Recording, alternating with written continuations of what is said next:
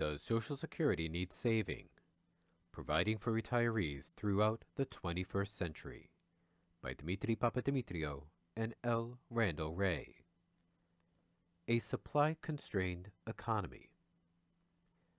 It is possible that the economy has grown relatively slowly since 1973 because it is supply-constrained, and it is possible that supply constraints will be the cause of the slow growth that even the low-cost forecasts presume. A supply-constrained economy needs greater capacity to produce. It needs more resources, higher quality resources, or better technology. The capacity to produce can be increased, for example, through more investment in physical capital, public infrastructure, private infrastructure, and machinery, and human capital, more education and training to increase labor productivity. It can be increased through policies that would spur resource extraction and encourage resource mobility. For example, policies to increase international flows and to loosen immigration restrictions.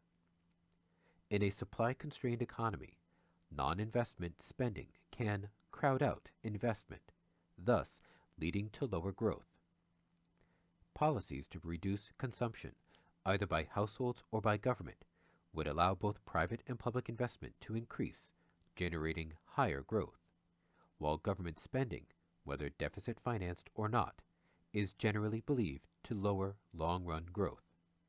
This depends first on whether the system is supply-constrained and second on the nature of the government spending. As Ashauer, 1998, and others have shown, much government spending actually enhances productivity and increases potential growth. Assuming that the economy is and will continue to be supply-constrained, can changes to the Social Security system affect these constraints?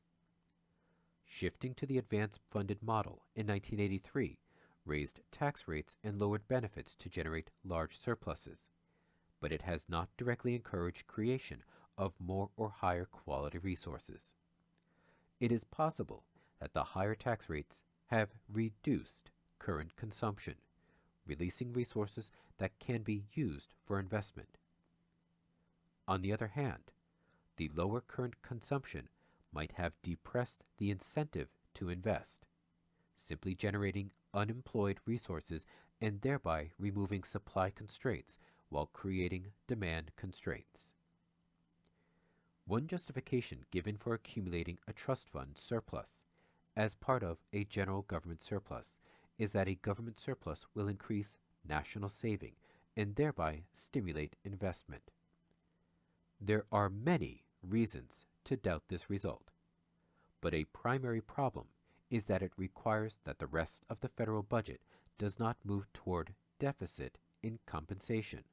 That is, either because the surplus slows the economy and lowers other tax receipts, or because policymakers increase other types of spending or reduce other taxes as they supposedly spend Social Security surplus.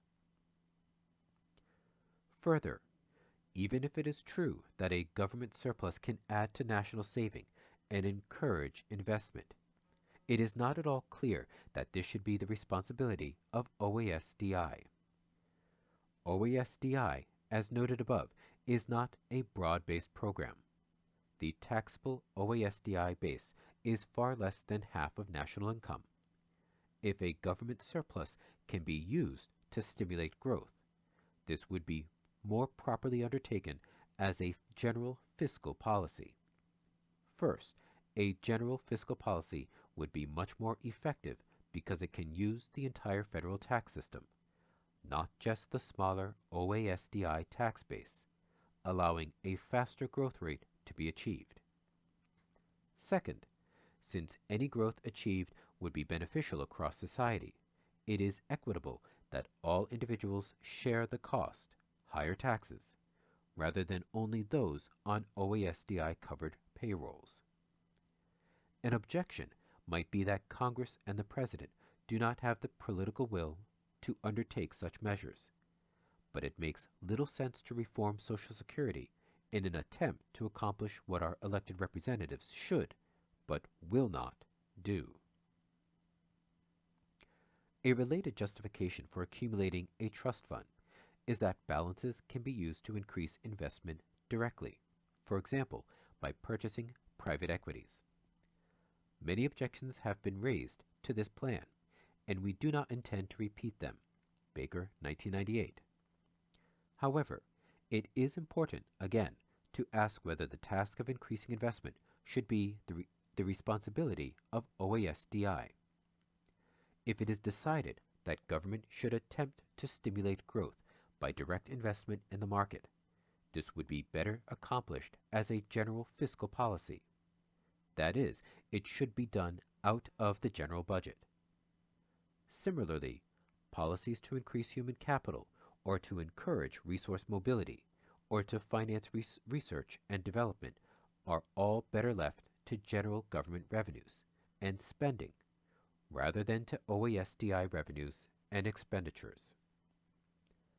In conclusion, even if we live in a supply-constrained economy, and even if we can do things today to increase long-run growth, it is difficult to make the argument that this should be done through levying payroll taxes, greatly in excess of what is required to finance OASDI benefits today.